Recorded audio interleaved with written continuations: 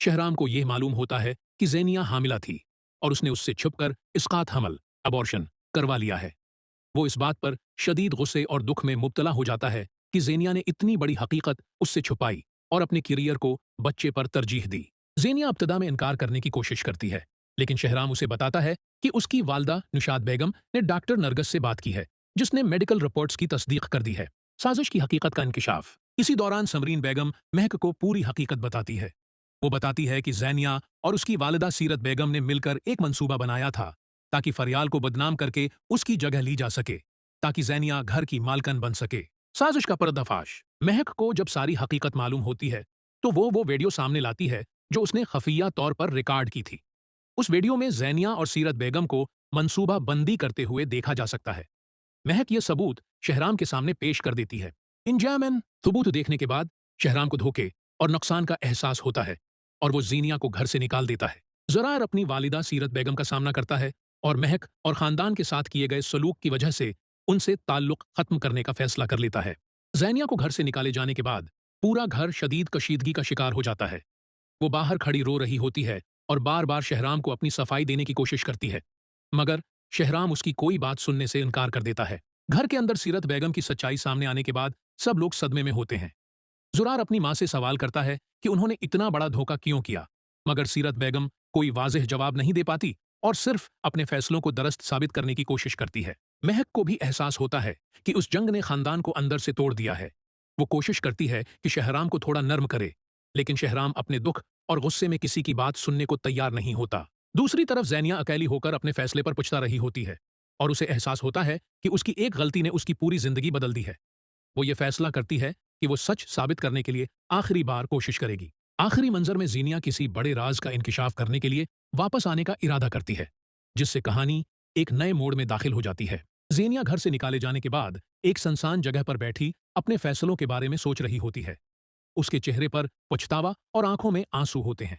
वो बार बार ये सोचती है कि अगर उसने सच पहले बता दिया होता तो शायद हालात इतने खराब ना होते। घर के अंदर माहौल मजीद कशीदा हो जाता है।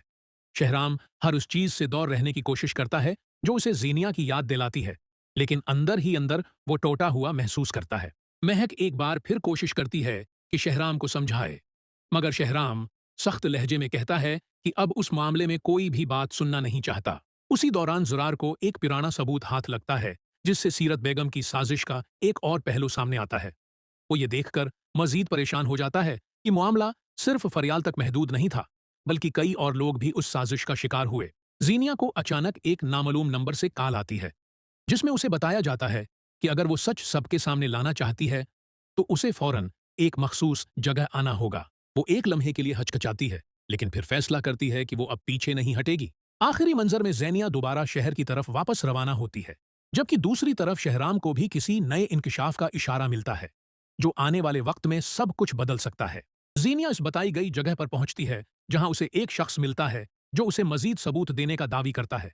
वो शख्स ज़ीनिया को बताता है कि सीरत बेगम की साजिश अभी मुकम्मल तौर पर बेनकाब नहीं हुई और उसके पास ऐसे शवाहिद हैं जो सब कुछ बदल सकते हैं। दूसरी तरफ शहराम को भी एक खफिया लफाफा मिलता है, जिसमें कुछ दस्तावेजात और तस्वीर होती हैं। वो उन्हें देखकर हैरान रह जाता है, क्योंकि इनसे जाहिर होता है कि सीरत बेगम ने बहुत इरसे से मंसूबा बंदी कर रखी थी। महक को जब ये सब पता चलता है तो वो फौरन शहराम के पास जाती है और उसे कहती है कि अब सच को मुकम्मल तौर पर सामने लाना जरूरी है, चाहे उसके नताइज कुछ भी हों। ज़ुरार भी उस मामले में आगे बढ़ने का फैसला करता है और कहता है कि वो अपनी माँ के खिलाफ भी सच का साथ देगा। ज़ेनिया वो सबूत लेकर घर वापस आती है और सबके सामने सच पेश करने का फैसला करती है। जब वो घर पहुंचती है तो सब लोग हैरान रह जाते हैं। ज़ेनिया सीरत बेगम का सामना करती है और कहती है कि अब खेल खत्म हो चुका है। वो एक एक करके तमाम सबूत सबके सामने रखती है। आखिरी मंजर में सीरत बेगम खामोश खड़ी होती हैं, जबकि घर के सब अफराद उनकी तरफ देख रहे होते हैं और फजा में एक शदीद तनाव छा जाता है, जो आने वाले बड़े फैसले की तरफ इशारा देता है। घर का हाल, सब लोग मौजूद हैं। माहौल में खामोशी और तनाव छाया हुआ है। ज़ेनिया, आज सब कुछ खत्म हो जाएगा, सच भी और ये खेल भी। वो हाथ में मौजूद फाइल मेज पर रखती है। शहराम गुस्से में, अब और क्या बाकी रह गया है? जो कहना है साफ साफ कहो। ज़ेनिया, जो तुमने देखा वो सिर्फ आधा सच था, पूरा सच अभी बाकी है। ज़ेनिया वीडियो चलाती है, जिसमें सीरत बेगम किसी नामालूम शख्स से बात कर रही होती हैं और मजीद साजिशों का जिक्र कर रही होती हैं। सब लोग हैरान रह जाते हैं। ज़ुरार, अमी, ये सब क्या है? आपने हम सबके साथ ऐसा क्यों किया? सीरत बेगम घबराई हुई। मैंने जो किया, अपने बेटे के लिए किया। महक सख्त लहजे में। नहीं, आपने सिर्फ अपनी अना के लिए सब कुछ बर्बाद किया है। शहराम आहिस्ता आहिस्ता सीरत बेगम की तरफ बढ़ता है। शहराम, आपने उस घर को तोड़ दिया और हमें एक दूसरे के खिलाफ कर दिया। सीरत बेगम खामोश हो जाती हैं। उनके पास कोई जवाब नहीं होता। अचानक ज़ेनिया बोलती है, ज़ेनिया, मैं मानती हूँ कि मुझसे गलतियां हुई, लेकिन असल खेल किसी और का था। शहराम कुछ लम्हे खामोश रहता है, फिर गहरी सांस लेता है। शहराम, सच सामने आ चुका है, अब फैसला भी होगा। वो सबके सामने ऐलान करता है। शहराम, आज के बाद उस घर में झूठ और साजिश के लिए कोई जगह नहीं। ज़रार आगे बढ़कर महक के साथ खड़ा हो जाता है। ज़रार, मैं सच के साथ हूँ, चाहे उसके लिए मुझे किसी के खिलाफ भी जाना पड़े। आखिरी मंजर, सीरत बेगम तन्हा खड़ी होती हैं, सब लोग उनसे दौर हो जाते हैं। ज़ेनिया खामोशी से एक तरफ खड़ी होती है, जबकि शहराम की नजरें जमीन पर झुकी होती हैं। किमरा आहिस्ता आहिस्ता पीछे हटता है और मंजर खत्म हो जाता है।